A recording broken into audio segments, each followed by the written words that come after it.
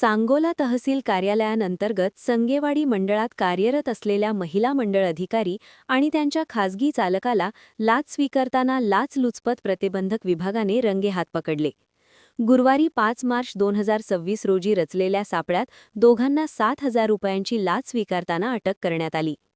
अटक करण्यात आलेल्यांमध्ये विजया महारुद्र नाईक वय 45 या संगेवाडी मंडळाच्या मंडळ अधिकारी असून वैभव पिराजी मोरे वय 28 हा त्यांचा खासगी वाहन चालक आहे.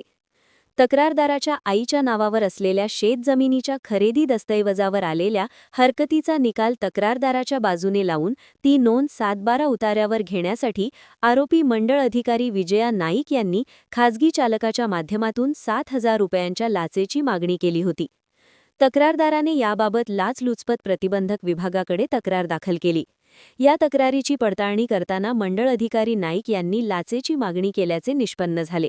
त्यांनी पैसे स्वीकारण्यासाठी चालक वैभव मोरे याला सांगितले.